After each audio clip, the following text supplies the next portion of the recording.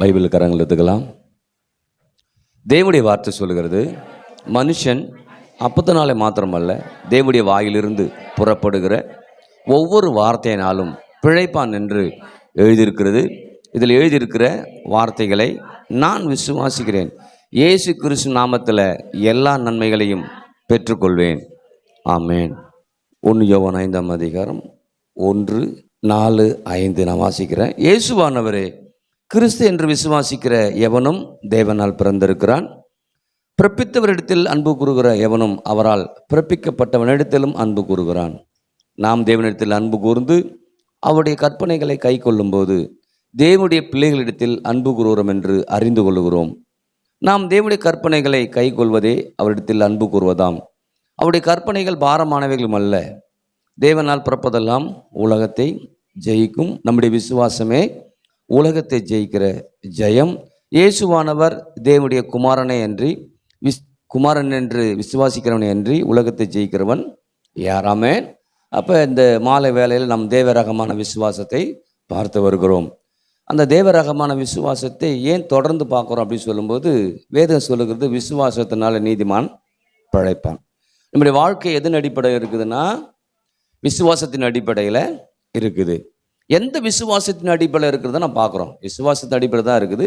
எந்த விசுவாசத்தின் அடிப்படையில், எப்படிப்பட்ட விசுவாசத்தின் அடிப்படையில் இருக்குது அப்படின்னு சொன்னால், தேவனுடைய விசுவாசத்தின் அடிப்படையில் என்ன பண்ணுது இருக்குது. ஆமென். அதான் மார்க்கு எதுன சுவிசேஷத்தில் 11ஆம் அதிகாரத்தில் நம்ம பார்த்துருக்கோம். ஞாபகம் இருக்குதுங்களா? மார்க் 11ல் தேவனுடைய விசுவாசம் எப்படிப்பட்டது அப்படின்னு சொல்லி இங்கே சொல்லப்பட்டிருக்கிறது.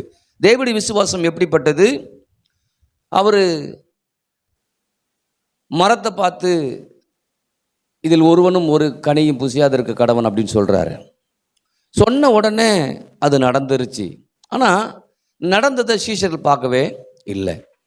ஆனால் மறுநாள் காலையில் அவர்கள் பார்க்கும்போது அந்த அத்திமரம் என்ன பண்ணிருக்கு? பற்று போயிருக்கு. அதை தான் இங்கே 20ஆம் வசனத்தில் வாசிக்கிறோம் பாரு. மறுநாள் காலையிலே அவர்கள் அவ்வழியாய் போகும்போது அந்த அத்திமரம் வேரோடு பட்டு போயிருக்கிறதை கண்டார்கள். பேதுரு நினைவு கூர்ந்து அவரை நோக்கி, ரபி, இதோ நீர் சபித்த அத்திமரம் பட்டு போயிற்று என்றான். அப்போ தேவனுடைய விசுவாசம் எப்படிப்பட்டதுன்னா, அந்த விசுவாசத்தில் தேவன் பேசிட்டார்னா பேசின வார்த்தையில் கண்டிப்பாக என்ன பண்ணும்? அது நிறைவேறியே தீரும். அப்போ தேவனுடைய விசுவாசம் எப்படிப்பட்டது அப்படிங்கிறத அவருக்கு திரும்பவும் கற்றுக் கொடுக்குறார். எப்படி? 22ல் இயேசு அவர்கள் நோக்கி, தேவனிடத்தில் விசுவாசம் உள்ளவர்களாய் இருங்கள். எவனாயின் மலையை பார்த்து நீ பெயர்ந்து சமுத்திரத்திலே தள்ளுண்டு போய் என்று சொல்லி தான் சொன்னபடியே நடக்கும் என்று தன் இருதயத்தில் சந்தேகப்படாமல் விசுவாசித்தார். அவன் சொன்னபடியே ஆகும். என்ன சொல்ல வர்றார் அப்படின்னு சொன்னால், தேவனுடைய விசுவாசம் எப்படிப்பட்ட நிலையில் இயங்குன்னா, அவன் தேவனையும் தேவனுடைய வார்த்தை விசுவாசித்து அவன் ஒரு வார்த்தையை பிரச்சனையை பார்த்து பேசிட்டான் அப்படின்னு சொன்னால் அந்த பிரச்சனை என்ன பண்ணும்? ஒன்றுமில்லாமல் போகும். ஆமென். இன்னைக்கு நாமளும் எதில் செயல்படும் தேவனை விரும்புகிறாரு? விசுவாச செயல்படுன்னு விரும்புகிறார். ஏன்னா நம்ம யாரால் பிறந்திருக்கிறோம்? தேவனாலே பிறந்திருக்கிறோம். எப்படி பிறந்திருக்கிறோம்? இயேசு தான் மெய்யான தேவன். இயேசு என் ஆண்டவராக இருக்கிறார். இயேசு எனக்காக பிறந்தார். இயேசு எனக்காக மரித்தார். இயேசு எனக்காக உயிரோடு எழுந்தார். உயிர் தெழுந்த இயேசுவை நான் விசுவாசிக்கிறேன்னு சொல்லும்போது ரட்சிக்கப்படுகிறோம் இல்லையா? நான் மறுபடியும் பிறக்கிறேன். அப்போ மறுபடியும் பிறந்தன்னா, ரட்சிக்கப்பட்டன்னா, தேவன் எப்படி எனக்கு ஆண்டவராக இருக்கிறார்னு சொல்லி நான் ரட்சிக்கப்பட்டனோ அதே போல தான் ரட்சிப்புனா என்ன? என் பாவத்தை நீக்கப்பட்டிருக்குது, நான் பரிசுத்த வாழ்வுக்குள்ளார வந்திருக்கிறேன், என் பாவம் நீக்கப்பட்டிருக்குது, நீதிமான என்ன பண்ணிருக்கேன்? மாறியிருக்கேன். அப்போ என்னுடைய பாவம் எப்படி மாறிச்சோ அதே போல தான் இன்னைக்கு இருக்கிற பிரச்சனையும் மாறுன்னு தேவன் என்ன பண்ணுறார்? காண்பிக்கிறார் நமக்கு. நம்ம ஒருவேளை நம்முடைய காரியங்களை நம்மளுடைய சோர்வுக்குள்ளார கொண்டு வந்தால் கூட கண்டிப்பாக தேவனுடைய வார்த்தை விசுவாசிக்கும் போது அதை மாற்ற அவர் போதுமானவராய் இருக்கிறார். அதான் இங்கே சொல்லி கற்றுக் கொடுக்குறாரு. இயேசு அவர்களை நோக்கி, யாரை நோக்கி? சீஷர்கள் நோக்கி. ஏன் சீஷர் நோக்கி சொல்கிறாரு? ரபி, நீங்கள் சபித்த அத்திமரம் பட்டு போச்சுன்னு ஆச்சரியமாக சீஷர்கள் சொல்கிறாங்க இல்லையா? பேதுரு சொல்கிறார், நினைவு கூர்ந்து சொல்கிறார், யோசிச்சு பார்க்குறாரு. ஐயோ, காலையில் அவர் பேசினார்ப்பா, பேசின வார்த்தை அப்படியே என்ன பண்ணுச்சு? நடந்துருச்சு. அந்த நடந்த வார்த்தையை நாம் அப்போ நம்பாமல் விட்டுட்டோம். ஆனால் மறுநாள் காலையில் பார்க்கும்போது என்ன பண்ணுறது? அது பட்டு போயிடுச்சு, அவர் என்ன சொன்னாரோ அது நடந்துருச்சு அப்படின்னு சொல்லி ஆச்சரியமா இவங்கிட்ட பார்க்கும்போது இவர் சொல்றாரு இயேசு அவர்களை நோக்கி. எப்படி சொல்றாரு இயேசு அவர்களை? அப்ப இவங்க ஆச்சரியமா இயேசுகிட்ட வராங்க. இயேசு, நீ ஆச்சரியப்படுறதுக்கு ஒன்றும் இல்லைப்பா, நீனும் இந்த மாதிரி பேசுனா அது உனக்கு அதுக்கு என்ன பண்ணும், கீழ்படின்னு என்ன பண்றாரு சொல்றாரு. அங்க மரத்தை பார்த்து நான் பேசினேன், அது கீழ்படிச்சு. நீ மலையை பார்த்து பேசினா கூட என்ன பண்ணும், அது கீழ்படியும். அப்ப ஏன்னா இங்க பார்க்கும்போது சொல்றாரு, அங்க எப்படி அத்தி மரம் பார்த்து பேசினாரோ அதே போலதான் இந்த மலையை பார்த்து இங்க ஆரம்பிக்குது. அப்போ ஒரு மலையை லிட்டரலா மலைகிட்ட வச்சு என்ன பண்றாரு, பேசி காண்பிக்கிறாரு. ஒரு வழி அவங்களுக்கு காண்பிக்க. இன்னைக்கு நமக்குமே சில காரியத்தை நம்ம நம்ப ஆரம்பிப்போம், விசுவாசிக்க ஆரம்பிப்போம். அதை எப்படி செயல்படுத்துறாருன்னா அந்த இடத்துல நமக்கு நின்று கற்றுக் கொடுப்பார். நின்று என்ன பண்ணுவார், அங்கே கற்றுக் கொடுக்குற. எப்படி கற்றுக் கொடுக்குறாரு பாருங்க, எவனாலும் மலையை பார்த்து. அப்போ சீஷரில் பார்த்து சொல்லும்போது சீஷர்களுக்கு நீங்கள் மட்டும் இல்லை, யாரெல்லாம் தேவனை விசுவாசிக்கிறாங்களோ, யாரெல்லாம் தேவனுடைய பிள்ளைகளாக இருக்கிறாங்களோ அவங்கெல்லாம் விசுவாசத்தில் பேசும்போது அது அப்படியே என்ன பண்ணும், ஆகும். அதுதான் அப்படியே சொல்லிட்டு அடுத்து ஜெபத்துக்கு கொண்டு வராரு. ஆகையால் ஜெபத்திலே நீங்கள் அதெல்லாம் நீங்கள் ஜெபம் பண்ணும்போது எவைகளை கேட்டுக்கொள்வீர்களோ அவைகளை பெற்றுக்கொள்வோம் என்றும் விசுவாசிங்க. அப்போ நான் பெற்றுக்கொள்வதும் பெற்றுக்கொள்ளாமல் ஆகுவதும் எதில் இருக்குது, விசுவாசத்தில் இருக்குது. சொல்லுங்க, விசுவாசத்தில் இருக்குது. அப்போ நான் பெற்றுக்கொள்ள முடியும்னு நம்பும்போது அது பெற்றுக்கொள்ளக்கூடிய வாய்ப்புகளை தேவன் எனக்கு ஏற்படுத்தி கொடுப்புற, உங்களுக்கு ஏற்படுத்தி கொடுப்ப. ரொம்ப இது ரொம்ப முக்கியமான விஷயம். அவ்வளோதான் திரும்ப திரும்ப இதையே பார்க்குறேன். இன்னும் எவ்வளோ நாள் பார்ப்போன்னு தெரியல. ஏன்னா நம்ம கொஞ்சம் பேர் தான் வரோம். இதில் நல்லா நம்ம கற்றுக்கொண்டு ஒரு நம்பிக்கையும் ஒரு விசுவாசமும் அதை குறித்த ஒரு தெளிவும் ஒரு புரிதலும் வந்துச்சுன்னா நீங்கள் எல்லா காரியத்தையும் நீங்கள் உங்களுக்கு சாதகமாக மாற்றிக்கொள்ள முடியும். அதுதான் விசுவாசத்தை பற்றி சொல்லும்போது எவ்வளோ விசுவாசம் இருந்தால் நமக்கு சாதகமாக மாற்ற முடியும் அப்படின்னு சொல்லும்போது தான் கடுகளவு சொல்கிறாரு. எவ்வளோ சொல்கிறாரு, கடுகளவு விசுவாசம் இருந்தால் நீங்கள் காட்டத்தை மறுத்தி பார்த்து நீங்கள் பேசுனீங்கன்னா அது போய் கடலில் நடுன்னா என்ன பண்ணாது, நடும் அப்படிங்கிறாரு. அப்போ விசுவாசத்தை ரொம்ப உயர்த்தி சொல்கிறார். ஏன் உயர்த்தி சொல்கிறார் அப்படின்னு சொன்னால், இந்த ஆவிக்குரிய உலகம் இருக்கு இல்லையா, இயற்கை உலகம் இருக்கு இல்லையா, இந்த இயற்கை உலகத்தில் எல்லாமே எப்படி எதால் உண்டாக்கப்பட்டது, ஆவிக்குரிய உலகத்தால் உண்டாக்கப்பட்டது. இப்போ ஆவிக்குரிய உலகத்தால் உண்டாக்கப்பட்டது. அப்போ உண்டாக்கப்பட்ட இந்த ஆவிக்குரிய உலகம் வந்து எதை பயன்படுத்தி இந்த இயற்கை உலகத்தை மாற்றுது அப்படின்னு சொன்னால் விசுவாசத்தை கொண்டு தான் என்ன பண்ணுது, அப்போ விசுவாசம் என்பது ஒரு ஆவிக்குரிய சக்தி, ஆவிக்குரிய சக்தி. அப்ப ஆவிக்குரிய சக்தியை நான் அப்படியே வச்சிருக்க முடியும், அதை உபயோகப்படுத்தவும் முடியும். அப்ப கடுகளவு விசுவாசம் இருக்குதா, அந்த விசுவாசம் என்பது கடுகளவு என்பது ஒரு ஆவிக்குரிய சக்தி. அதை நான் பயன்படுத்தினா அது என்ன பண்ணும், காட்டத்தி மரத்தில் பார்த்து பேசுனா அது என்ன பண்ணும், அது வேரோட சாயாது. நான் வேரோட பிடுங்குன்னு சொன்னா வேரோட பிடுங்கப்படும், அது சாயினா சாயும். அப்ப என்னுடைய விசுவாசம் கொஞ்சமாக இருக்கலாம், ஆனால் பேசக்கூடிய வார்த்தை ரொம்ப பெருசாக என்ன பண்ணும், எத்தவரை அம்மின்னு சொல்லுது.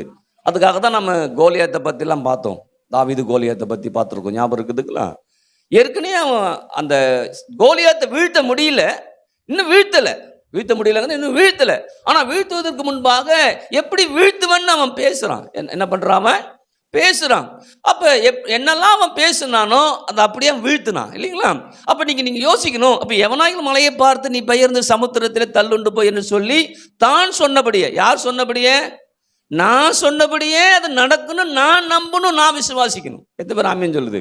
இப்போ என்னன்னா அங்கே என்ன சொல்கிறேன்னா, ஏசப்பா நீங்கள் சொல்லிட்டீங்க அது நடந்துருச்சுன்னு அவங்ககிட்ட வராங்க. அவர் சொல்கிறாரு, எப்பா நான் சொன்னது எப்படி நடந்துச்சோ அதே போல் தேவனால் பிறந்த ஒவ்வொரு பிள்ளைகளும் சொல்லும் போது அது அப்படியே என்ன பண்ணும், நடக்கும். ஆமென். எப்படி நடக்கும், தன் இருதயத்தில் விசுவாசித்து. யார் இருதயத்தில், அப்ப நான் விசுவாசித்து நான் பேசிட்டேன்னா அது என்ன பண்ணும், அப்படியே ஆமென் சொல்லாமா. அப்ப நான் என்ன எதுல பிரச்சனையா இருக்குது, பேசுறது தான் பிரச்சனை என்ன பண்ணுது இருக்குது. நாம எப்படின்னா நடந்த பிறகு நிறைய பேசுவோம், நடக்கிறதுக்கு முன்னாடி உம்முனே இருப்போம், உம்முனே என்ன பண்ணுவோம் இருப்போம், உம்முன்னு இருங்க. ஆனா என்ன பேசணும் அதை பேசிட்டு என்ன பண்ணும் இருக்கணும். அப்ப நீங்களும் நானும் என்ன பேசணுமோ அதை என்ன பண்ணும், பேசியே தீரணும். அப்படி பேசினா தான் அது என் வாழ்க்கையில் வந்து என்ன பலிக்கவே ஆரம்பிக்கும். ஆமென் சொல்லாமா. அதான் ஜெபத்தில் வரும்போது எப்படி தான் வரணும், நான் கேட்குறேன், கேட்டால் எனக்கு என்ன பண்ணுவார் அவர். அப்போ இன்னைக்கு விசுவாசத்தில் நான் ஜெபிக்கும் போது, எப்படி ஜெபிக்கும் போது, தேவனுடைய வார்த்தையை கொண்டு ஜெபிக்கும் போது, அதான் விசுவாசம். நீங்கள் ஜெபம் பண்ணும் போது பிள்ளைகளை குறித்து ஜெபிக்கிறீங்களா, குடும்பத்தை குறித்து ஜெபிக்கிறீங்களா, நல்ல வீடை காரியத்தை ஜெபிக்கிறீங்களா, என்ன சொல்லி ஜெபிக்கணும்னா வார்த்தையை சொல்லி தான் என்ன பண்ணும் ஜெபிக்கணும். ஏன்? அந்த வார்த்தை தான் அங்கே விசுவாசத்தில் போய் அந்த சக்தியை மூலமாக அதை என்ன பண்ண எனக்கு கொண்டு வரும். அப்போ கொண்டு வரக்கூடிய வார்த்தையில் நான் என்ன பண்ணணும்? பேசணும். சொல்லுங்க, நான் பேசுவேன், விசுவாசத்தில் பேசுவேன். ஆமென். ஏன்னா நம்ம ஆபிரகாம் சொன்ன ஞாபகம் இருக்குதா? விசுவாசித்தேன் ஆகையால் பேசினேன் எழுதியிருக்கிறபடி விசுவாச மார்க்கத்தார் எவர்களோ அவர்கள் ஆபிரகாமின் சந்ததி. அப்போ ஆபிரகாமுடைய ஆசீர்வாதம் எனக்கு வரணும்னா நான் என்ன தான் பண்ணணும்? விசுவாசத்தில் பேசணும். விசுவாசம் என்ன பண்ணும்? ஏன்னா ஆபிரகாம் அப்படிங்கிற இருந்தவனா ஆபிரகாம்னு மாத்துறாரு இல்லையா? மாற்றி அவனை பேச வைக்கிறார் இல்லையா? முதல்ல ஆபிரகாமை மாத்துறாரு, அடுத்து ஆபிரகாம் மூலமா சாரால மாத்துறாரு. சாரால மாத்துறதுக்கு முன்பாக ஆபிரகாமுக்கிட்ட சாரார குறித்த நினைவு என்ன இருக்குதோ அதை மாத்துறாரு.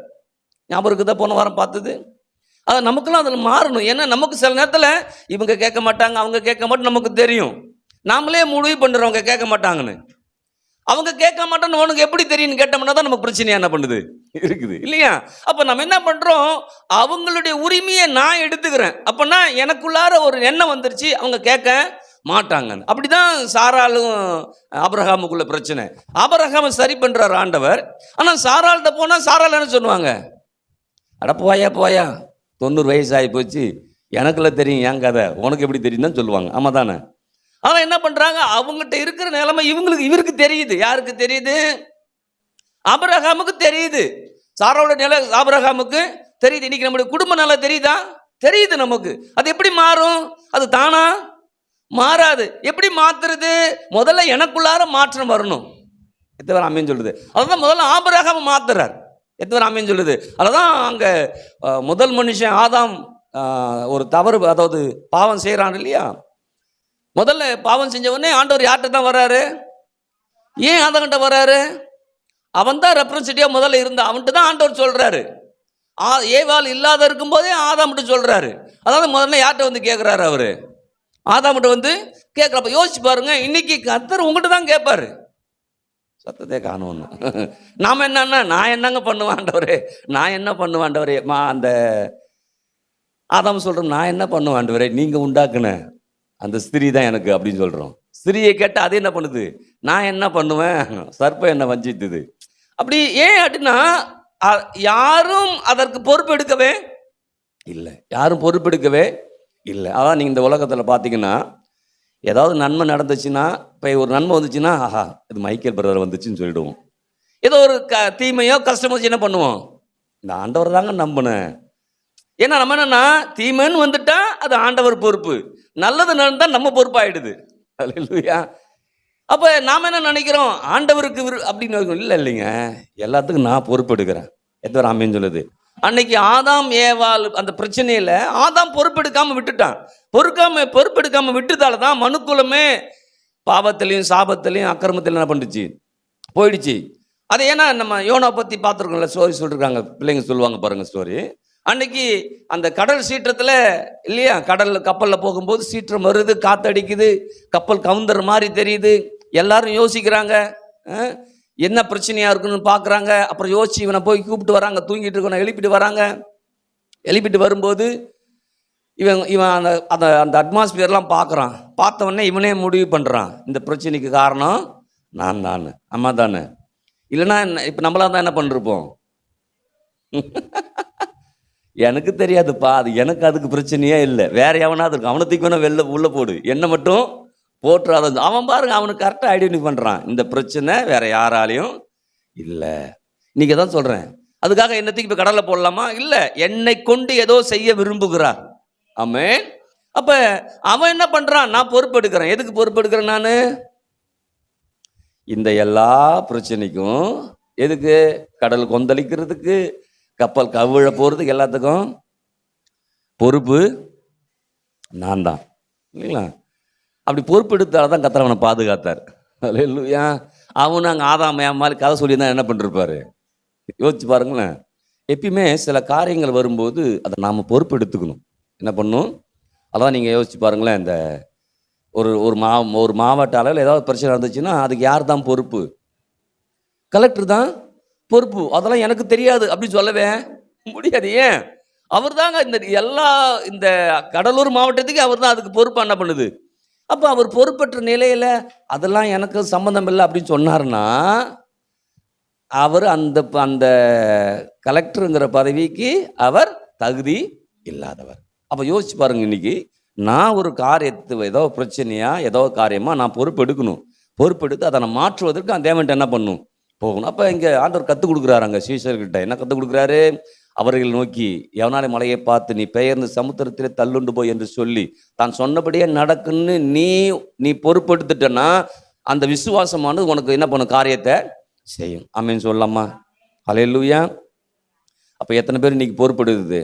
குடும்பத்தை நான் சரிப்படுத்த முடியும், பிள்ளைகளை சரிப்படுத்த முடியும், சீர்படுத்த முடியும், என்னுடைய குறைகளை மாற்ற முடியும், என்னுடைய தேவைகளை சந்திக்க முடியும். நான் பொறுப்பெடுக்கிறேன் ஆண்டவர்கிட்ட. ஹல்லேலூயா. ஏன்னா அதுதான் போன முறை சொல்லும்போது சொன்னேன், ஆதாம் ஏவால எல்லா பழ வகைகளும் உண்டாக்குனார் விதவிதமா. ஆனால் மனுஷன் மட்டும் யாரை தான் எப்படி தான் உண்டாக்குனாரு? இந்த ஒரு ஆள் அவனை வச்சு தான் அடுத்த ஆள் என்ன பண்ணணும், வரணும். அப்போ இன்னைக்கு யோசிச்சு பாருங்க, இன்னைக்கு நம்மளை கொண்டு தான் நம்ம குடும்பம் ரட்சிக்கப்படணும், நம்மளை கொண்டு தான் நம்முடைய உறவுகள் ரட்சிக்கப்படணும், நம்மளை கொண்டு தான் நம்ம ஊர் ரட்சிக்கப்படணும், நம்மளை கொண்டு தான் நம்ம பட்டம் ரட்சிக்கப்படணும். இதெல்லாம் அதான் சிஸ்டமேட்டிக்கு. இப்போ நாம் அதை குறித்து புரிதல் இல்லாமல் விட்டுட்டோம்னா, அப்படின்னா என்னென்னா அவன் எங்கே கேட்குறான் நான் சொன்னான் அப்படின்னு விட்டுட்டோம்னா போச்சு. எத்தனை பேருக்கு புரியுது? எப்படி பொறுப்படுத்துறதுக்கு? அவர்களுக்காக நான் ஆண்டவர்கிட்ட போய் ஜெபிக்கணும். என்ன பண்ணணும்? ஜெபிக்கணும். ஆண்டவரே, என்னை ரட்சிப்பதற்கு ஒருவரை நீங்கள் பயன்படுத்தின போல என்னுடைய மகனையோ என்னுடைய குடும்பத்தில் உள்ளவங்களையோ ரட்சிப்பதற்கு ஒரு ஆளை பொறுப்பெடுத்து என்ன பண்ணுங்க. நல்லா புரியுதான்னு தெரியல. ஆமென். பொறுப்பு எடுக்கணும். அப்போ தான் அதை மாற்றவே முடியும். பொறுப்பெடுக்கலைன்னா நம்ம பொறுப்பற்றவர்களாக இருக்கிறோன்னு அர்த்தம். குடும்பத்தை என்ன நடத்த முடியலன்னு அர்த்தம். புரியுது நான் சொல்கிறது? அப்போ இன்றைக்கி நம்ம பொறுப்பெடுக்கணும். ஆண்டவரே, எல்லாத்துக்கும் நான் பொறுப்பெடுக்கிறேன், கண்டிப்பாக அதை மாற்ற முடியும். நான் ஜெபிக்க போகிறேன், அதற்காக நேரங்களை ஒதுக்க போகிறேன், அதற்காக காரியங்களை நான் மாற்றி அமைக்க போகிறேன். இது வரைக்கும் சில காரியங்கள் சரியாக நம்ம அமைக்கலைன்னா மாற்றி அமைச்சிக்கணும் இல்லைங்களா? பைபிள் படிக்கிறதுக்கு நம்ம நேரத்தை ஒதுக்கலை, எனக்கு சரியாக நேரம் அமையலைன்னா அதுக்காக பிரதானமாக நேரத்தை என்ன பண்ணணும், ஒதுக்கணும் இல்லைங்களா? நம்ம எல்லாத்துக்கும் ஒதுக்கிடுவோம், ஜெபத்தை கூட நேரம் ஒதுக்கிடுவோம். ஆனால் பைபிள் படிக்கிறது நேரம் ஒதுக்கவே மாட்டோம். ஏன் தெரியுமா? அதுக்கு ரொம்ப நேரம் உட்காந்து அதை யோசித்து எடுத்து அதை படிச்சுட்டு அதுலேயும் போன நேற்று என்ன படிச்சுன்னு மறந்துடும் இல்லைங்களா? அதிகாரம் முழுக்க படிச்சுட்டே வருவோம். 10 வரைக்கும் படித்தோமா, 15 வரைக்கும் படித்தோமா? அதில் தான் பிள்ளைகள் இப்போ ஈஸியாக படிக்குது. அது 1 to 5னா ஈஸியாக தெரிஞ்சிடும். ஏன்னா 1 to 6 படி, அடுத்தது 6 to அடுத்த 6 படினா குழம்பிடும். அது 6, 7, 8, 9, 10 10 படிச்சேன்னா 11 படிச்சேன்னா அப்படின்னு குழம்பிடும் இல்லைங்களா? இப்போ 5னா நமக்கு என்ன பண்ணுது? அப்போ நமக்கு நேரத்தை எடுத்து பொறுப்பாக அதை நம்ம உட்காந்துட்டோம்னா கண்டிப்பாக சொல்கிறேன், நம்முடைய காரியங்கள் மாற்றப்படும். ஆமென் சொல்லலாமா? அப்போ அப்படி தான் பார்த்தோம். அடுத்தது இன்னொரு வேத பகுதி எடுத்துக்கோம். 2 கொரிந்தியர் 4:17-18 போன வாரம் பார்த்தோம். மேலும் காணப்படுகிறவை அல்ல, காணப்படாதவைகளை நோக்கி இருக்கிற நமக்கு அதி சீக்கிரத்தில் நீங்கும் லேசான நம்முடைய உபத்திரவம் மிகவும் அதிகமான நித்திய கனமகிமையை உண்டாக்குகிறது. ஏனெனில் காணப்படுகிறவர்கள் அநித்தியமானவைகள், காணப்படாதவைகளோ நித்தியமானவைகள். அப்போ காணப்படுகிற காரியங்கள் மாறணும்னா காணப்படாத தேவனுடைய வார்த்தைகளை கொண்டு தான் அதை மாற்ற முடியும்னு பார்த்தோம். ஆமென். எப்படி முடியும் அப்படின்னா எபிரேயர் 11 வாங்களேன். எபிரேயர் 11:1 விசுவாசமானது நம்பப்படுகிற உறுதியும் காணப்படாதவைகளின் எப்படி இருக்குது? விசுவாசம் நம்பப்படுகிறனின் உறுதி 1. 2வது காணப்படாதவைகளின் நிச்சயம். ஆமென். இப்போ நான் முதல்ல என்ன பண்ணுறேன்? விசுவாசம் முதல்ல எதில் ஆரம்பிக்குது? நம்பப்படுகிற உறுதியில் ஆரம்பிக்குது. அப்போ நான் நல்லா இருப்பேன் அப்படின்னு நம்ம என்ன பண்ணுறோம்? நம்புகிறோம் இல்லைங்களா? நல்ல வீடுகளில் கட்டுவேன், நல்ல வாகனத்தை வாங்குவேன் அப்படின்னு நான் நம்புகிறேன் இல்லைங்களா? அப்படி நம்பும்போது என்ன நடக்குது எனக்குள்ளார? அதை குறித்த எண்ணங்கள், அதற்குரிய கனவுகள் என்ன பண்ணுது? வருது. ஆமாம் தான், வருதா வரலையான்னு தெரியல உங்களுக்குலாம். அப்போ அதாவது விசுவாசமான நம்பப்படுகிற உறுதியும்னா சிலதை நான் நம்புகிறேன், நான் நல்லா வாழ்வேன், நல்ல காரியங்களை நடக்குவேன், வீடு கட்டுவேன், வாகனங்களை வாங்குவேன், நம்பிக்கை வருது. அந்த நம்பிக்கை வரும்போது அது ஒரு கனவாக வருது. அந்த கனவாக வரும்போது அதை நான் எப்படி உறுதிப்படுத்துறது ரொம்ப முக்கியம். உறுதிப்படுத்துறது முக்கியம். நிறைய பேர் கனவு இருக்க தவிர அது கனவு நனவாகவே ஆக மாட்டேங்குது இல்லைங்களா? சில நேரத்தில் கனவு கண்டிருக்கும் போதே விடிஞ்சிருது, அவ்வளோதான் போட்டிருக்கு, பகல் கனவு மாதிரி போயிடுறோம். ஆனால் இங்கே விசுவாசமான நம்பப்படுனின் உறுதி, அதாவது நான் எதை குறித்து கனவு காண்றனோ அதை குறித்த உறுதி எதில் வரும் அப்படின்னு சொன்னால் கர்த்தருடைய வார்த்தையில் தான் உறுதி என்ன பண்ணும்? ஆமென். ஹல்லேலூயா. அப்ப எனக்கு உறுதி இல்லாம சில நேரங்கள் அதை நான் கண்டது, நான் யோசிச்சது, நம்பினது அப்படியே இருக்குதுன்னா, அதற்கேற்ற வசனத்துக்குள்ளார நான் உறுதி என்ன படுத்தவேன் இல்லை. இப்படி சொன்னா உங்களுக்கு புரியும். நான் சுகவீனமா இருக்கிறேன்னு வச்சுங்களேன். சுகவீனமா இருக்கும்போது எனக்கு என்ன தேவை? சுகம் தேவை இல்லைங்களா? அம்மா தானே. இப்போ எனக்கு சுகம் தேவை, நான் சுகமாயிட்டேன் நம்புறேன். நல்லதா? நல்லது. ஆனா நான் சுகமாயிட்டேன் நம்புறத எதோட போய் நான் உறுதிப்படுத்தணும்? கர்த்தருடைய வார்த்தையில போய் என்ன பண்ணும்? உறுதி. எத்தனை பேர் ஆமேன்னு சொல்லுது? இதுதான் நமக்கு பிரச்சனை. நான் நம்புறேன், நான் நல்லா இருப்பேன், நான் படிப்பேன், நல்லா இருப்பேன், நான் மேலே வரும், எல்லாமே ஓகே தான். ஆனால் ஏன் அது நடக்கணும்? அதை குறித்த உறுதி எனக்கு வரல. உறுதி எதன் மூலமாக வரும்னா, தேவனுடைய வார்த்தையின் மூலமாக தான். அப்போ விசுவாசமும் தேவனுடைய வார்த்தையும் சேரும்போது நம்பிக்கையில் ஒரு உறுதி என்ன பண்ணுது? அப்போ நான் வாகனத்தை வாங்குவேன், வீடுகளை கட்டுவேன், ஒரு நம்பிக்கை வருது இல்லையா? அதை நான் உறுதிப்படுத்துவதற்கு எதுக்கு போகணும்னா, தேவனுடைய வார்த்தைக்கு நேரம் நான் போகணும். ஆமென் சொல்லாமா? அப்போ நம்பப்படின உறுதி எனக்கு வந்துருச்சுன்னா, அதை குறித்த நிச்சயத்துடன் நான் என்ன பண்ணுவேன்? போவேன். ஆமென். ஹல்லேலூயா. அப்போ இப்போ உறுதி வந்துருச்சா? உறுதிக்கேற்ற வசனம் வந்துருச்சா இல்லையா? சுகவீனமாக இருக்கிறோம், எனக்கு என்ன வசனம் வேணும்? கர்த்தரை நானே உன் பரிகாரியாக கர்த்தர் என் அப்பத்தின் தண்ணீரை ஆசீர்வதித்து என் வியாதியை விலக்கி ஆயுசு நாட்களை பூர்ணப்படுத்துவார் இல்லையா? அதில் உறுதி வரணும். அதை என்ன பண்ணும்? எதில் உறுதி வரணும்? நான் பலவீனமாக இருக்கிறதுல உறுதி வரக்கூடாது. எதில் உறுதி வரணும்? வார்த்தை மேலே உறுதி வரணும். அப்படி தான் பாருங்கள். என்னத்துக்கு ஐக்கியன் ஒரு தேவ மனுஷன் 16 வயசில் பலவீனமாக ஆகி அவர் படுத்த படுக்கை ஆகிட்டார். என்ன பண்ணிட்டாரு? படுத்த படுக்கை ஆகிட்டார். கிட்டத்தட்ட பல மாதங்கள் ஆயிடுச்சு. 16 மாதமோ 16 மாதத்துக்கு மேலே ஆயிடுச்சு. மாத கணக்காக அவரால் எழுந்திருக்க முடியலன்னு சொன்னோடனே அவங்க கிறிஸ்தவ குடும்பத்தில் உள்ளவங்க அதுக்கு எழுந்திருக்க முடியல, பலவீனமாக ஆயிட்டாங்க. எழுந்திருக்கவே முடியாதுன்னு எல்லாரும் முடிவு பண்ணிட்டாங்க. அவ்வளோ பிரச்சனை அவர் உடலில். அவர் படுத்த படுக்கானவுடனே அந்த 16 வயசில் எல்லாரும் என்ன பண்ணுறாங்க? ஓடுறாங்க, ஆடுறாங்க, படிக்கிறாங்க, ஸ்கூலுக்கு போகிறாங்க, எல்லாமே ஆக்டிவாக இருக்கிறாங்க. ஆனால் இவர் மட்டும் ஆக்டிவ் இல்லாமல் என்ன பண்ணுறாரு? இருக்கிற படுத்த படுக்குன்னா அசைக்க முடியாது, ஆட முடியாது, காலை எடுத்து கீழே வைக்கவே முடியாது. யோசிச்சு பாருங்களேன். ஆனால் அவருக்குள்ளார எல்லாரையும் பார்க்கும்போது ஒரு ஆசை உறுப்பு என்ன பண்ணுது? வருது. எப்படி வருது? நான் எழுந்திருப்பேன், நான் நடப்பேன், நான் ஓடுவேன், நான் ஸ்கூலுக்கு போவேன், அப்படி நம்பிக்கை என்ன பண்ணுது? வருது. ஆனால் சூழ்நிலை இல்லை. சூழ்நிலை அதுக்கு தகுந்த மாதிரி இல்லை. அப்போ அதை எப்படி உறுதிப்படுத்துறாராம்? எப்படி உறுதிப்படுத்தினாருன்னு சொல்றாரு. அவரை பற்றி சொல்லும்போது அவர் எப்படி உறுதிப்படுத்தினாராம்? நான் நம்புறேன், நான் நடப்பேன், நான் நம்புறேன், நான் ஸ்கூலுக்கு போவேன், நான் நம்புறேன், நல்லா ஓடுவேன். அதை எதில் உறுதிப்படுத்துறாருன்னா, அந்த மார்க் 11ஆம் அதிகாரத்தான் உறுதிப்படுத்துறாராம். இயேசு அவர்களை நோக்கி தேவனிடத்தில் விசுவாசம் உள்ளவர்களாய் இருங்கன்னு சொல்றாரு. எவனால் மலையை பார்த்து நீ பெயர்ந்து சமுத்திரத்தை தள்ளுண்டு போய் என்று சொல்லி தான் சொன்னபடியே நடக்கும் என்று தன் இருதயத்தை சந்தேகப்படாமல் விசுவாசித்தான்னு சொல்றாரு இல்லையா? சொல்லிட்டு அங்க சொல்றாரு ஜெபத்தில் வரும்போது, ஆகையால் நீங்கள் ஜெபத்தில் இவைகளை கேட்டுக்கொள்வீர்கள், அவைகளை பெற்றுக்கொள்ளும் என்றும் விசுவாசிங்க. இந்த 3 வசனமும் அவருக்குள்ளார வந்து போகுதான். அப்ப நம்பிக்கை வருது, அதற்குரிய உறுதி வரல. உறுதியை வரும்போது எது கொடுக்குதுன்னா அந்த வார்த்தை என்ன பண்ணுதான்? அப்ப 16 வயசுல அத்தனை மாதங்கள் படுத்திருந்த ஒரு மனுஷனுக்குள்ளார இந்த உறுதி வர ஆரம்பிக்குது. ஒரு நாள் என்ன பண்றா? திடீர்னு சரி நம்ம நம்பிக்கை இருக்குது, கர்த்தர் வார்த்தையில உறுதி இருக்குது. ஏன்னா ஜெபம் பண்ணும்போது எவைகளை கேட்டுக்கொள்ளும் அவைகளை பெற்றுக்கொள்வோம் இல்லையா? ஆங்கில பைபிளில் வரும்போது பெற்றுக்கொண்டோம்னு விசுவாசிங்கன்னு வருது. பெற்றுக்கொள்ள போறோன்னு இல்லை, ஏற்கனவே பெற்றுக்கொண்டேன்னு விசுவாசிக்க சொல்லுது. இப்போ அப்போ இவர்கிட்ட என்ன இருக்குது? இவர்கிட்ட பலன் இல்லை, இவர்கிட்ட சுகம் இல்லை, இவர்கிட்ட ஆரோக்கியம் இல்லை. ஆனால் பெற்றுக்கொண்டோன்னு சொல்லுதே. யாரா இருந்தாலும் பெற்றுக்கொள்ள முடியுது. தன்னிறுதி சந்தேகம் விசுவாசிக்கும் போது பெற்றுக்கொள்ளுன்னு சொல்ல முடியுது. அப்போ நான் பெற்றுக்கொள்ள முடியும் அப்படிங்கிற சுகத்தை நான் பெற்றுக்கொள்ள முடியும்னு ஒரு நம்பிக்கை விசுவாசத்தில் அந்த உறுதி வரும்போது என்ன பண்ணாராம்? ஒரு நாள் அப்படி எழுந்து என்ன பண்ணாராம்? நிற்க ஆரம்பிச்சாராம். நிற்க ஆரம்பிக்கும் போது இதுவரைக்கும் மறுத்து போய் கடந்த அந்த காலு, அதாவது உணர்ச்சியே இல்லாமல் போச்சான். உணர்ச்சியே இல்லாமல் மறுத்து போயிருந்த அந்த காலில் ஒரு முள்ளு ஊசி குத்துனா எப்படி இருக்குமா அந்த மாதிரி அங்கெங்கே வலிக்குதான். என்ன பண்ணுது? வைக்கும்போது கால்லாம் வலிக்குதான். ஆனாலும் ஒரு சந்தோஷம். ஏன்? இது வரைக்கும் எழுந்திருக்கவே இல்லை, ஆனால் எழுந்து நிற்க என்ன பண்ணுது? முடியுது. யோசிச்சு பாருங்க. அப்படியே நின்று ஏந்திருந்து நடக்கிறாராம், அப்படியே பிடிச்சிட்டு நடக்கிறாராம். அவ்வளோ வலி, அவ்வளோ வலியிலே அவருக்கு ஒரு சந்தோஷம். என்ன சந்தோஷம்? இத்தனை மாதமா நடக்காத ஒரு நாள் என்ன பண்றேன்னா நடக்கிறேன். எத்தனை பேர் ஆமேன்னு சொல்லுது? 16 வயசுல மரித்து போகிற அவர் 86 வயது வரைக்கும் ஊழியம் பண்ணார். எத்தனை வயசு வரைக்கும்? ஹல்லேலூயா. அவர் தான் அந்த விசுவாசத்தை குறித்து பொழந்து எடுத்தவர். விசுவாசத்தை குறித்து அதன் பிறகு தான் எல்லாரும் கற்றுக்கிட்டாங்களாம் விசுவாசத்தை. அப்போ யோசிச்சு பாருங்க, மரித்து போய் முடிஞ்சிருன்னு சொன்ன வாழ்க்கைய அந்த விசுவாசத்தில் ஒரு உறுதி வரும்போது, நம்பிக்கையில் ஒரு உறுதி வரும். நான் சொல்றேன், விசுவாசமானது நம்பப்படுகிறேன் உறுதி. எதில்?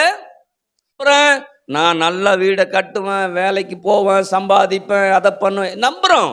அதில் உறுதி எதில் வரும்னா தேவனுடைய வார்த்தையில் தான் என்ன பண்ணும். அப்போ அவர் உறுதி வந்துருச்சு. எதில் வந்துருச்சு? வார்த்தையின் மேலே உறுதி வந்துட்டால எழுந்து நிற்கிறாரு. நின்னது மாத்தல நடக்கிறாரு. வலி இருக்குதா? வலி இருக்குது. வேதனை இருக்குதா?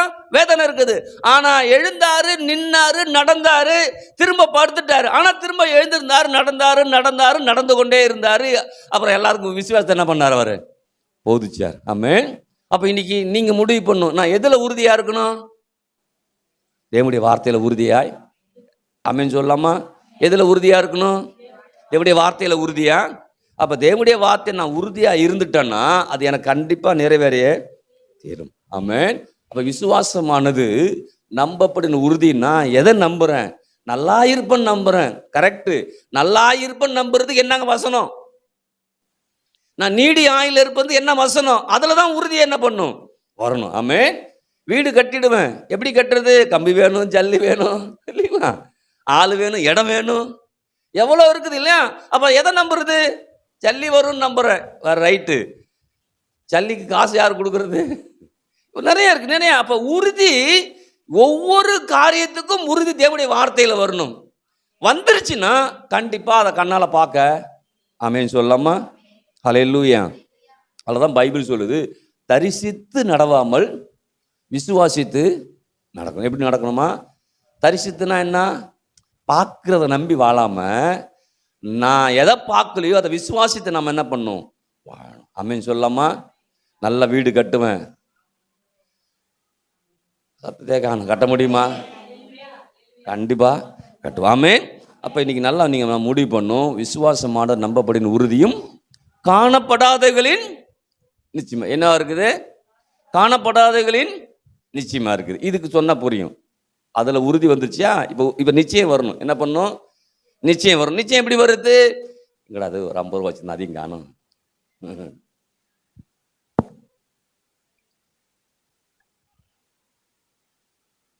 இப்ப இதுல 50 ரூபா இருக்குது. இதுல என்கிட்ட 50 ரூபா இருக்குது அப்படின்னு சொல்லி யார் விசுவாசிக்கிறது அப்படின்னு சொன்னா விசுவாசிக்க உங்களுக்கு ஈஸியா கஷ்டமா? ஏன்? இருக்குது, பார்த்துட்டோம். ஆமா தானே? கரெக்டா சொல்லிட்டீங்க. காணப்படுகிற நிச்சயத்துக்குள்ளார நம்ம வரோம். சரிங்களா? உறுதிக்கு வந்துட்டு இப்ப நிச்சயத்துக்குள்ளார வரோம். இப்ப பார்த்துட்டேன், இதை விசுவாசிக்க வேண்டிய அவசியமே இல்லை. இப்ப இதை கையில மடக்கி வச்சுக்கிட்டு பின்னாடி வச்சுக்கிறேன். இப்ப நான் சொல்றேன் உங்கள்கிட்ட, என்கிட்ட 50 ரூபா பணம் இருக்குது அப்படின்னு சொல்றேன். எத்தனை பேர் விசுவாசிக்கிறது? புரியுதுங்களா? பார்க்கும்போது விசுவாசம் வந்துருது. ஆனா இப்படி வச்சா, இப்ப நான் காட்டிருந்தாலும் உங்களுக்கு தெரியுது. இப்ப காட்டாமலே நான் இருக்குன்னு சொன்னா உங்களுக்கு எப்படி இருக்கும்? இருக்குமோ இருக்காதோ? இவர் உண்மை சொல்றாரா பொய் சொல்றாரா? சும்மா சொல்றாரா? நம்மள்ட்ட டெஸ்ட் எவ்வளவோ யோசனை என்ன பண்ணும். அப்ப இன்னைக்கு அதான் காணப்படாத வேலை குறித்து நிச்சயம்னா, நான் கண்ணால பார்க்கல ஆனா நம்புறேன். நான் வீடு கட்டுவேன் ஆனா கண்ணால நான் பார்க்கல ஆனா நம்புறேன். என் பிள்ளைகள் ஒளிவு மர கன்றுகளை போல வளருவாங்க. அல்லேலூயா. நான் கண்ணால பார்க்கல ஆனா நம்புறேன். கண்ணால பார்க்கலன்னா நம்புறேன் இல்லையா? என் குடும்பம் எப்படி இருக்கும்? உன் அலங்கத்திற்குள்ளே சமாதானமும் அரண்மனைக்குள்ளே சுகமும் இருப்பதாக. நான் காணல ஆனா நம்புறேன். அல்லேலூயா. அத எப்படி நிச்சயம் வருது? எப்படிங்களா? இப்ப கையில இருக்குது இல்லையா? இப்ப நான் சொல்றதை நீங்க எப்படி நம்புவீங்க? ஒண்ணு, என்ன நல்லா தெரியணும். ஆமா தானே? இப்படி வார்த்தையே நீங்க நம்பணும். புரியுதுங்களா? இப்போ நல்லா எனக்கு என்ன இதை புரிஞ்சிச்சிங்களா? இப்போ முதல்ல யாரை நம்பணும்? என்ன நம்பணும். இவர் சொன்னால் கரெக்டாக தாங்க இருக்கும். இருக்குதுன்னா இருக்குன்னு சொல்லுவார், இல்லைன்னா இல்லைன்னு சொல்லுவார். நம்பணும் இல்லைங்களா? அப்போ என்ன நம்பணும்? என் வார்த்தையும். அப்போ என்னையும் என்னுடைய வார்த்தையும் நம்பும்போது தான் என்கிட்ட இருக்குதுங்கிறதே உங்களுக்கு தெரிய ஆரம்பிக்கும். அப்போ தான் இதை உங்களால் பெற்றுக்கொள்ளவும் முடியும். எத்தனை பேருக்கு புரியுது? அப்போ காணப்பட்டால் நிச்சயம்னா அந்த தேவனுடைய வார்த்தையை குறித்து எனக்கு நல்லா என்ன பண்ணும்? தேவனையும் தேவனுடைய வார்த்தையும் நல்லா எனக்கு தெரியணும். சொல்லுங்க, எனக்கு தெரியணும். அப்ப யோசிச்சு பாரு, காணப்போதால் நிச்சயம்னா தேவனையும் தேவனுடைய வார்த்தையும் எனக்கு தெரியும். அதனால நான் காணல, ஆனா நிச்சயமா எனக்கு என் கையில் என்ன வந்து அது என்ன பண்ணும்? கிடைக்கும். ஹல்லேலூயா. 1000 கோடியை நான் பார்க்கல, ஹல்லேலூயா, ஆனா நான் நம்புறேன், நான் விசுவாசிக்கிறேன். எத்தனை பேர் ஆமென் சொல்றது? நான் 100 கோடியை பார்க்கல, ஆனா நான் நம்புறேன், நான் விசுவாசிக்கிறேன். என் தேவன் தம்முடைய ஐஸ்வரியத்தின்படி இவருடைய தேவைகள் எல்லாவற்றையும் கிறிஸ்து இயேசுவுக்குள் மகிமையிலே நிறைவாக்குவார்னு பைபிள் சொல்லுது. அப்ப நான் எப்படி எதுல நிச்சயம் பண்றேன்? தேவனுடைய வார்த்தையில. காணப்படல, ஆனா ஒரு நிச்சயத்துக்குள்ளார வரேன். எது நிச்சயம் எனக்கு? தேவன் சொன்னதுதான். தேவன் பொய் சொல்லுகிறவர் அல்ல, மனமானுகிறவர் மனுபுத்திரனும் அல்ல. சொன்னதை கண்டிப்பா என்ன பண்ணுவார்? அவர் செய்வார். நான் எந்த அளவுக்கு நிச்சயிக்கப்படுகிறனோ அந்த அளவுக்கு அது என் வாழ்க்கையில பங்கா என்ன பண்ணது மாறும். ஆமென் சொல்லமா? அப்ப காணப்படலைங்கிறதால நான் நம்புறது பொய் கிடையாது. ஏன்? என் தேவன் பொய் சொல்லுகிறவர் அல்ல. அல்லேலூயா. அப்ப சொன்னா அவர் உண்மை மட்டும் தான் என்ன பண்ணுவாரு? சொல்றதை மட்டும் தான் செய்வாரு. எத்தனை பேர் சொல்றது ஆமென் சொல்லலாமா? அப்ப சொல்றதை மட்டும் தான் அவர் செய்வாரா? ஆமா, அவர் சொன்னார்னா கண்டிப்பா அது என்ன பண்ணும்? நடக்கும். ஏன் இப்படி நடக்கும்? நீங்க யாரு கேட்ட எப்படி அது நடக்கும் அப்படின்னா, என் தேவன் அப்படிப்பட்டவர். என் தேவனும் என் தேவனுடைய வார்த்தையும் அப்படிப்பட்டது. ஆமென். வெளிச்சம் உண்டாக கடவுது என்றா வெளிச்சம் உண்டாயிட்டு. எப்படி உண்டாச்சு? அவர் சொல்லிட்டாருன்னா உண்டாயிடும். அவர் சொல்லிட்டா. இப்ப நான் எப்படி வாழ்க்கையில வெளிச்சத்தை உண்டாக்குறது? அவர் சொன்னது போல நானும் சொல்லணும். சொன்னால் வெளிச்சம் என்ன பண்ணும்? நான் ஆசீர்வாதமா இருப்பேன், நீங்கள் ஆசீர்வதிக்கப்பட்டவர்கள் அப்படின்னு சொல்லும்போது நீங்க என்ன பண்ணணும்? ஆஹா, நான் ஆசீர்வதிக்கப்பட்டவன் தான். ஏன்? பைபிள் சொல்லுது, சஞ்சலமும் தவிப்பும் ஓடிப்போம், நித்திய மகிழ்ச்சி உன் தலை மேல இருக்கும். அப்ப இன்னைக்கு நித்திய மகிழ்ச்சியே இல்லை. நீங்க எதை நம்ப போறீங்க? நல்லா. அப்ப காணப்படாத நிச்சயத்துக்குள்ள நான் வந்துட்டேன்னா அது காணக்கூடிய ரீதியில அந்த விசுவாசமும் தேவனுடைய வார்த்தையும் செயல்பட்டு என்னை கொண்டு வந்து என்ன பண்ணும்? நிறுத்தும். ஆமென். அப்ப படுத்த படுக்கையா இருந்து நடந்தாரா? நடந்தார். எப்படி? வார்த்தையில உறுதியா இருந்தார். காணப்படாத குறித்து ஒரு நிச்சயம் நமக்குள்ளார என்ன பண்ணும்? வரணும். வந்துருச்சுன்னா நாம் கண்டிப்பா நமக்கு முன்பாக அது கண்டிப்பா வந்து என்ன பண்ணும்? நிற்கும். ஆமென் சொல்லலாமா? அப்ப கஷ்டப்பட வேண்டிய அவசியம் இல்லை. நான் இவ்வளோ கஷ்டப்பட்டு வந்தேன்னு சொல்லவும் ஏன் கூடாது? நான் என்னை விசுவாசத்தில் கற்றுக் கொடுத்தாருங்க. நான் விசுவாசிக்க ஆரம்பித்தேன். விசுவாசத்தில் நான் செயல்பட ஆரம்பித்தேன். அது எல்லாம் என் வாழ்க்கையில் பங்கு என்ன பண்ணுச்சு? மாறிடுச்சு. எல்லாம் சுத்த கிருபை என்ன பண்ணுது? ஆமென் சொல்லலாமா? ஹல்லேலூயா. அப்போ உறுதியும் நிச்சயம் வந்துச்சுன்னா கண்டிப்பாக நம்ம வாழ்க்கையில் வார்த்தைகள் செயல்பட்டு கொண்டு என்ன பண்ணும்? இருக்கும். தேவையா? சுகம்னா என்ன வரணும்? பலன்னா என்ன வரணும்? ஆரோக்கியம்னா என்ன வரணும்? நல்வாழ். அப்போ அதற்கேற்ற வார்த்தையில் எனக்கு ஒரு டக்குன்னு என்ன பண்ணும்? ஒரு சொல்லி கொடுத்தாங்களே வெள்ளிக்கிழமை இல்லையா? பாவம் அறியாத அவர் நமக்காக. அப்ப என்ன போயிடுச்சு? பாவம் போச்சு. என்ன வந்திருக்குது? நீதிமானா இருக்கிறேன். அல்லேலூயா. பொத்தமுதுவா சொல்லக்கூடாது. பாவம் அறியாத நமக்காக பாவம் பண்ணார்னா பாவம் போயிட்டா நீதி தான் முதல்ல வருது இல்லைங்களா? அப்ப நமக்கு டக்குன்னு என்ன வரணும்? நான் நீதிமான். நீதிமான் எப்படி வாழ்வான்? பனையை போல செழித்து லீபனோனின் கேதுரை போல வளருவான். அவன் வளர்ச்சி கட்டுக்கடங்காத வளர்ச்சி. இன்னும் எனக்கு நான் என்ன போறது? கட்டுக்கடங்காத வளர்ச்சி. ஆமே. எப்படி அது வளர்ச்சி அடையும்? நீதிமான் அப்படிதான் இருப்பான்னு பைபிள் சொல்லுது. நான் அப்படி இல்லை. ஆனா பைபிள் என்ன சொல்லுதோ அதை நான் நம்புறேன். கண்டிப்பா நான் நீதிமான். அதனால பைபிள் சொல்றது அப்படியே நான் நம்புறேன். அது அப்படியே என் வாழ்க்கைப்பாங்க என்ன பண்ணும்? அப்ப செழிப்பு என்பது குதிரை கொம்பு கிடையாது. அது பெரிய அபூர்வமானதும் அல்ல. அது நடக்காத ஒரு காரியமும் அல்ல.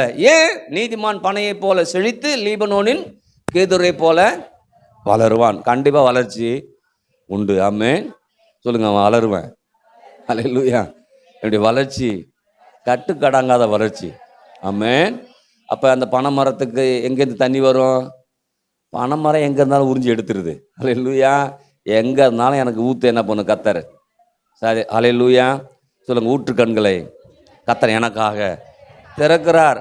நான் வாழ்ந்திருக்கும்படியாய், நான் உயர்ந்திருக்கும்படியாய், நான் சிறந்திருக்கும்படியாய், கிறிஸ்துவுக்குள்ளார நான் பலப்படும்படியாய், நான் ஆசீர்வாதமாய் இருக்கும்படியாய், அதற்கேற்ற எல்லா ஊற்றுகளையும் கர்த்தர் என் பக்கம் திருப்புகிறார். கர்த்தர் எனக்கு ஆதாரமாய் இருக்கிறார். ஆமென். ஹல்லேலூயா. இப்போ நம்ம எதை குறித்தும் யோசிக்க வேண்டிய அவசியம் இல்லை. எதை யோசிக்கணும்? நம்ம நான் வார்த்தையை நம்புறேனா, அதில் உறுதியாக இருக்கிறேனா, அதை பேசுகிறேனா, அதையே சார்ந்து இருக்கேனா, இதையே சார்ந்தேன்னா கண்டிப்பாக நம்ம வாழ்க்கை அது என்ன பண்ணும்? பலிக்க ஆரம்பிக்கும். சொல்லுங்கள், ஆரம்பிக்கும். அப்போ நான் எதை நம்பி வாழுறதில்ல? சொல்லுங்க, அப்போ எதை நம்பி வாழுறதில்ல? பார்க்குறத நம்பி நான் வாழ மாட்டேன். சொல்லுங்கள் பக்கத்தை, நான் பார்க்கறத நம்பி வாழ மாட்டேன். பார்க்காத தேவனுடைய வார்த்தையில கொண்டு நான் வாழ போகிறேன். அதில் உறுதி வரப்போகுது, அதில் நிச்சயம் வரப்போகுது. ஆமென். அதில் தான் ஆண்டவர் எதை பார்க்க சொல்கிறார், எதை கவனிக்க சொல்கிறாரு? என் மகனே, என் வார்த்தைகளை கவனி. எடுக்கலாம் நீதிமொழிகள் 4ஆம் அதிகாரத்தில். என் மகனே, 20ஆம் வசனம். என் மகனே, என் வார்த்தைகளை கவனி, என் வசனங்களுக்கு உன் செவியை சாய், அவைகள் உன் கண்களை விட்டு பிரியாதிருப்பதாக, அவைகளை உன் இருதயத்துக்குள்ளே காத்துக்கொள். எதை விட்டு பிரியக்கூடாது? அப்போ யோசிச்சு பாருங்க, எதை கவனிக்கணும், எதை விட்டு பிரியாமல் இருக்கணும் நம்ம தான் முடிவு பண்ணணும். இங்கே சொல்லுது பாருங்க, அவைகளை உன் கண்களை விட்டு பிரியாதிருப்பதாக, அவைகளை உன் இருதயத்துக்குள்ளே. அப்போ கண்ணை விட்டு எது பிரியக்கூடாது? வார்த்தை பிரியக்கூடாது. எதை பிரியக்கூடாது? அப்போ கண்டிப்பாக என் வாழ்க்கையில் அது உண்டாகணும்னா என் கண்ணை விட்டு அது போகவே. ஏன்னா அதை விட்டு போயிடுச்சுன்னா வேற ஒன்று என்ன பண்ணுறேன்னா, குறைவை பார்த்துட்றேன், தாழ்ச்சியை பார்த்துறேன், வறுமையை பார்த்துறேன். அதனால் என்னால் விசுவாசிக்க முடியாத போயிடுது. அதனால் நான் எதை கவனிக்கணும்? சொல்லுங்க, என் மகனே, என் வார்த்தைகளை கவனி, என் வசனங்களுக்கு உன் செவியை சாய், அவைகள் உன் கண்களை விட்டு பிரியாதிருப்பதாக, அவைகளை உன் இருதயத்துக்குள்ளே காத்துக்கொள். அப்போ காத்துக்கிட்டா என்ன நடக்குன்னு சொல்லுது அடுத்தது. அவைகளை கண்டுபிடிக்கிறவர்களுக்கு அவைகள் ஜீவனும், அவர்கள் உடலுக்கெல்லாம். அப்போ எதை கண்டுபிடிக்கிறவர்களுக்கு? வார்த்தைகள். அப்போ சுகமா என்ன வேணும்? வார்த்தை வேணும். ஆரோக்கியமா என்ன வேணும்? எந்த கண்டுபிடிக்கணும். சுகத்துக்குரிய வார்த்தையை வார்த்தை கண்டுபிடிக்கணும். பலத்துக்குரிய வார்த்தையை கண்டுபிடிக்கணும். பணமா பணத்துக்குரிய வார்த்தையை கண்டுபிடிக்கணும். கண்டுபிடிச்சி அதை என் இருதயத்தில் வச்சு என்ன பண்ணணும்னா நல்லா புரிஞ்சுக்கணும். அப்போ எப்படி தான் எனக்கு வரும்? விசுவாசம் எதில் வருது? உறுதி நிச்சயத்தில் வருது இல்லையா? அப்போ நான் எதில் உறுதிப்படுறேன்? எனக்கு என்ன வேணுமோ அதற்கேற்ற வார்த்தைகளில் உறுதிப்படுறேன். என்ன வேணுமோ அதற்குரிய வார்த்தைகளை நிச்சயப்படுறேன். அப்படி நிச்சயப்பட்டுட்டேன்னா கண்டிப்பாக எந்த வார்த்தைலாம் என் இருதயத்துக்குள்ளார இருக்குதோ அதெல்லாம் என் வாழ்க்கையில் என்ன பண்ணும்? பலிக்க ஆரம்பிக்கும். சொல்கிறார், அவைகளை கண்டுபிடிக்கிற அவைகள் ஜீவனும், அவர்கள் உடலுக்கெல்லாம் ஆரோக்கியமாம். அடுத்து சொல்கிறாரு, எல்லா காவலோடும் உன் இருதயத்தை காத்துக்கொள், அதனிடத்திலிருந்து. அப்போ நல்வாழ்வு எங்கே புறப்படுதுன்னா, தேவனுடைய வார்த்தையை நம்ம இருதயத்தில் வைக்கும் போது அதன் மூலமாக ஒரு நல்வாழ்வு என்ன பண்ணுது? புறப்பட்டு வருகிறது. அப்போ யோசிச்சு பாருங்க, இன்னைக்கு நல்வாழ்வு கருத்த காரியங்கள் குடும்பத்தில் உண்டாகணும்னா எது முதல்ல தேவையா இருக்குது? தேவனுடைய வார்த்தை எனக்கு தேவையா இருக்குது. அதை கவனிக்கணும், அதுக்கு செவி காய்க்கணும், அதை கண்களை விட்டு பிரியாமல் இருக்கணும். அது மாத்திரமல்ல, அதை இருதயத்தில் காத்துக்கொள்ளணும். அது மாத்திரமல்ல, அதை பற்றி நான் நிறைய என்ன பண்ணும்? ரொம்ப டீப்பாக போகணும். ஆமென். அப்படி போனோன்னா அவைகளை கண்டுபிடிக்கிறவர்கள், எவைகளை கண்டுபிடிக்கிறவர்களுக்கு? என் வாழ்வுக்குரிய வார்த்தைகளை நான் கண்டுபிடிக்கும் போது, அதை கவனிக்கும் போது, அதற்கு செவி கொடுக்கும் போது, அவைகள் ஜீவனும், அவர்கள் உடலுக்கெல்லாம் ஆரோக்கியமாம். எல்லா காவலோடும் உன் இருதயத்தை காத்துக்கொள், அதனிடத்திலிருந்து ஜீவ ஊற்று புறப்படும். அது சொல்லிட்டு அப்படியே விடல. அடுத்து சொல்லுது, வாயின் தாறுமாறுகளை உன்னை விட்டு அகற்றி உதடுகளின் மாறுபாட்டை உனக்கு. ஏன்னா எப்பயுமே விசுவாசம் வரும்போது அந்த விசுவாசத்தை அவிசுவாசம் மாத்துறது எதுன்னா நம்ம பேசக்கூடிய வார்த்தை தான். இவ்வளோ உறுதி நம்பிக்கை வந்துட்டு ஒரு வார்த்தையில 10 வருஷம் இல்லாதது இப்போ என்ன நடக்க போகுதுன்னு நீங்கள் யோசிச்சுட்டாவே வேலை வீட்டை கட்டிட்டு இடிக்கிற மாதிரி, வீட்டை கட்டிட்டு இடிக்கிற மாதிரி. இப்போ சொல்கிறார், வாயின் தாறுமாறை உன்னை விட்டு என்ன பண்ணும்? அகற்றணும். அடுத்தது என்ன சொல்கிறார் பாருங்க, உதடுகளின் மாறுபாடுகளை உனக்கு தூரப்படுத்து. அடுத்தது, உன் கண்கள் எதை நேராக நோக்குறதுன்னா நேராக பார்த்துக்கிறது இல்லை. எதை நோக்கணும்? வார்த்தை என்ன பண்ணும்? ஏன்னா கவனிக்க சொல்லிருக்கிறாரு, செவியை சாய்க்க சொல்லிருக்கிறாரு, இருதை வச்சுக்க சொல்லிருக்கிறாரு. ஆனால் அதுக்கு இடையூற ஏதாவது என்ன பண்ணுது? வருது. அதனால் வாயை சரியாக நான் மூடிக்கிட்டு என் கண் எதை தான் பார்க்கணும்? அப்போ அவிசுவாசமாக பேசுவதற்கு வாய்ப்புகள் நிறைய வரும். வாய்ப்புகள் வரும்போது அதை பேசாமல் என் கண் எதை பார்க்கணும்? உன் கண்கள் நேராய் நோக்க கடவுது, உன் கண்ணிமைகள் உனக்கு முன்னே. எவ்வளோ ரொம்ப ஷார்ப்பாக சொல்கிறாரு. கண் இமைகள், உங்கள் கண் இமை கூட எதை பார்த்துடக்கூடாது? அவிசுவாசத்துக்கார எத்தனை அமேன்னு சொல்லுது. அப்போல்லாம் போனால் தான் நம்ம டீப்பாக போய் டீப்பாக ஆசீர்வாதத்தை பெற்றுக்கொள்ள முடியும். நம்ம உன் கண்ணிமைகள் உனக்கு முன்னே செவ்வையாய் பார்க்க கடவுது, உன் கால் நடையை சீர்தூக்கி பார், உன் வழிகள் எல்லாம் நிலைவரப்பட்டிருப்பதாக, வலதுபுறமாவது இடதுபுறமாவது சாயாதே, உன் காலை தீமைக்கு. அப்போ எந்த பக்கமும் எதுலேயும் சாயாம கர்த்தருடைய வார்த்தையை நேராக அதை கவனித்து அதை சார்ந்து அதற்குரிய காரியத்தில் வாழ்ந்து ஆரம்பிச்சிட்டோம்னா கண்டிப்பாக ஆண்டவர் நம்ம வாழ்க்கையில் பலத்த காரியத்தை என்ன பண்ணுவார்? சரி, ஆமென். விசுவாசம் இருக்குதா? உறுதி வந்திருக்குதா? நம்பிக்கை வந்திருக்குதா? அல்லேலூயா. சாரி, இன்னொன்று என்னது? நிச்சயம் வந்திருக்குதா? அப்போ நீங்கள் உறுதியும் நிச்சயம் வந்துருச்சுன்னா கண்டிப்பாக திரும்ப உறுதி நிச்சயம் வரும்படி எதை தான் பார்க்கணும்? போய் வார்த்தையை பார்க்கணும், அதை யோசிக்கணும், அதை பேசணும், அதை சார்ந்திருக்கணும். அதையே சார்ந்துட்டோன்னா நம்மளுடைய ரூட்டு கிளியராக என்ன பண்ணும்? போய்கிட்டே இருக்கும். நாம் எதெல்லாம் யோசிச்சோமோ, இன்னும் சொல்ல போனால் கர்த்தர் நமக்காக எதெல்லாம் யோசித்து வச்சுருக்கிறாரோ அது எல்லாவற்றையும் கர்த்தர் செய்ய போதுமானவராய். ஆமென் சொல்லாமா? அப்போ இன்றைக்கி முடிவு பண்ணும், ஆண்டவரே நான் வேறு எதையும் நோக்கலை, அதாவது தரிசித்து நான் நடக்கிறதா இல்லவே இல்லை பார்க்குறத நம்பி அதை உள்ளே வச்சிட மாட்டேன். நிறைய இதெல்லாம் பார்க்குறது நம்ம அந்த உள்ளே வச்சிட்டோம்னா பார்க்குறது கூட சில நேரம் மாறிடும். ஆனால் உள்ளே போனது மாறாது. உள்ளே போனது என்ன பண்ணது? மாறாது. ஏன்னா பார்த்தது உள்ளே போய் படமாக என்ன பண்ணுறோம்? உட்காந்து ஞாபகம் இருக்குது ஆப்பிள் அப்படின்னு சொன்னோடனே நான் உங்கள்கிட்ட படத்தை காமிக்கலை, பேரை தான் என்ன பண்ணுறேன் சொல்கிறேன். உடனே உங்கள் ஆப்பிள் போய் படம் உங்களுக்கு என்ன பண்ணுது? இப்போ ஆப்பிள்லாம் எப்படி இருக்குன்னு சொன்னால் நீங்கள் விதவிதமான ஆப்பிள் என்ன பண்ணுவீங்க? அப்போ ஏதோ ஒன்று நான் முன்னாடி பார்த்துட்டு அது போய் உள்ளே ஸ்டோர் ஆகிடுச்சு. ஸ்டோர் ஆனதால திரும்ப அதை பார்க்க வேண்டிய அவசியம் இல்லை. அதனால் இன்றைக்கி சில காரியங்களை இன்னைக்கு பார்க்கும்போது ஐயோ அதை நான் பார்க்க மாட்டேன் சாமி. ஏன் பார்க்க மாட்டேன்? நான் விசுவாசித்து நடக்கிற ஆள். ஹல்லேலூயா. அப்படியே இருக்கிறதெல்லாம் நம்புற ஆள் இல்லவே இல்லை. ஆமென் சொல்லாமா? இப்போ இன்றைக்கி முடிவு பண்ணி, ஆண்டவரை நான் விசுவாசித்து நான் செயல்பட போகிறேன், அதற்கு நான் கர்த்தருடைய வார்த்தையில் கவனிக்க போகிறேன், அதுக்கு செவி சாய்க்க போகிறேன், அதை இருதயத்தில் காத்துக்கொள்ள போகிறேன், காத்துக்கொண்ட வார்த்தையை நான் பேச போகிறேன். அப்படி பேச பேச பேச பேச ஹல்லேலூயா, மனுஷன் அப்பத்தினால மாத்திரமல்ல தேவனுடைய வாயிலிருந்து புறப்படுகிற ஒவ்வொரு வார்த்தையிலும் எந்த வார்த்தை புறப்பட்டு வந்துச்சோ அந்த வார்த்தை உங்கள் வாயிலிருந்து புறப்பட்டு வந்துச்சுன்னா அந்த வார்த்தை உங்கள் வாழ்க்கையில் ஆசீர்வாதத்தை கொடுக்காமல் இருக்கவே இருக்காது, மாற்றங்களை உண்டு பண்ணாமல் இருக்கவே இருக்காது. அப்போ வார்த்தையை பிடிச்சு கொள்வோம், வார்த்தையின் தேவனை பிடிச்சு கொள்வோம், தேவனுடைய வார்த்தையை கனப்படுத்துவோம்.